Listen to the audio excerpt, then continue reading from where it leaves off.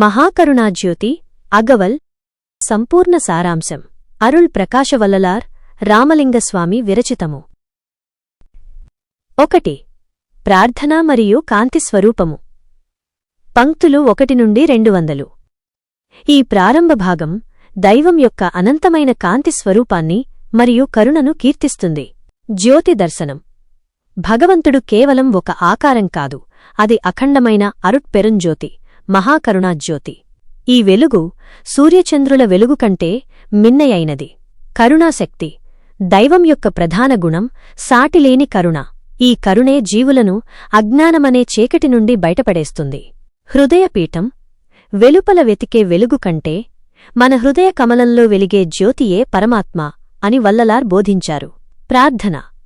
మనలోని అరిషడ్వర్గాలను కామ, క్రోధ, లోభ, మోహ, మద, మాత్సర్యాలు దహించివేసి ఆత్మను నిర్మలం చేయమని చేసే ప్రార్థన ఇది.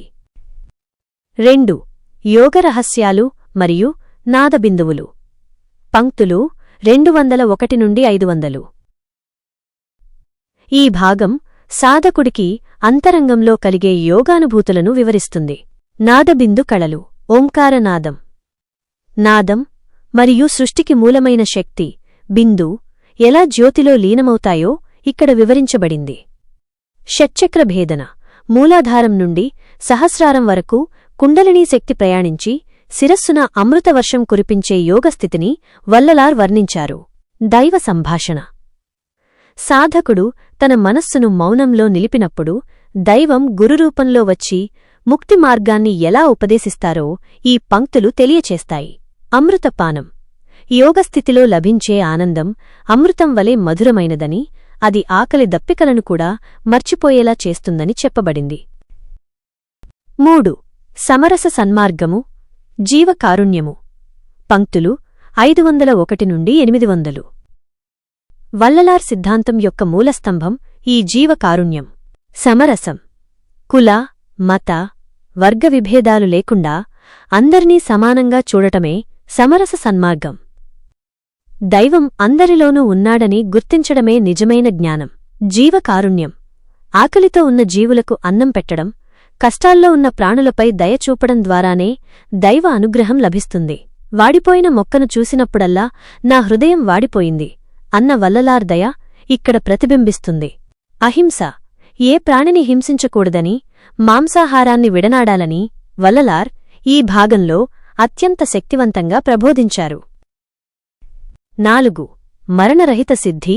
అమరత్వము. పంక్తులు 8, 0, 1, 1, 2, 0, 0. వల్లలార్ సాధించిన అత్యున్నతమైన మరణరహిత జీవితం గురించి ఈ భాగం వివరిస్తుంది. దేహ పరివర్తన. భౌతికమైన ఈ మాంసపు ముద్ద దేహం జ్ఞానాగ్నిలో తప్పించి జ్యోతిర్మయ దేహంగా ఎలా మారుతుందో వర్ణించబడింది. మృత్యువుపై విజయం. మరణమనేది ప్రకృతి సహజం కాదని, జ్ఞానం ద్వారా మరణాన్ని గెలవవచ్చని వల్లలార్ చాటి చెప్పారు. దీనినే సిద్ధావస్థ అంటారు. కాలాతీత స్థితి. కాలం, కర్మ అనే బంధాల నుండి విముక్తి పొంది కాలాతీతమైన స్థితిలో నిరంతరం ఆనందంగా ఉండటమే ముక్తి. 5. ఆత్మ సాక్షాత్కారము. జ్యోతిర్మయ స్థితి. పంక్తులు 1201 నుండి 1500. సాధకుడు దైవంతో ఏకమయ్యే అద్వైత స్థితిని ఈ పంక్తులు వివరిస్తాయి. చిత్ సభ, పొన్ సభ. మనలోని జ్ఞానాకాశమే చిత్ సభ. అక్కడ పరమాత్మ ఆనంద తాండవం చేస్తూ కనిపిస్తారు. అద్వైత అనుభవం. నేను, తాను అనే భేదం తొలగిపోయి అంతా ఆ మహాకరుణాజ్యోతియే అని గ్రహించే స్థితి. సర్వసిద్ధులు. ఈ స్థితిలో ఉన్న సాధకుడికి పంచభూతాలను శాసించే శక్తి, సృష్టి రహస్యాలను గ్రహించే జ్ఞానం సిద్ధాంతమవుతాయి. 6.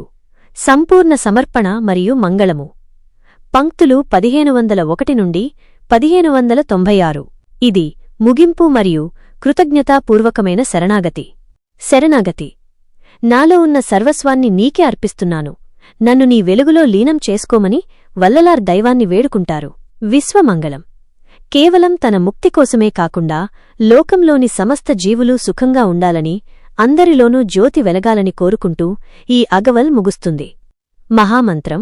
చివరగా వల్లలార్ అందించిన తారకమంత్రం. అరుట్పెరుంజ్యోతి.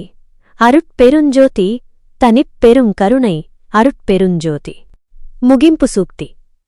జీవ కారుణ్యమే మోక్షపు తలుపులను తెరిచే తాళం చెవి.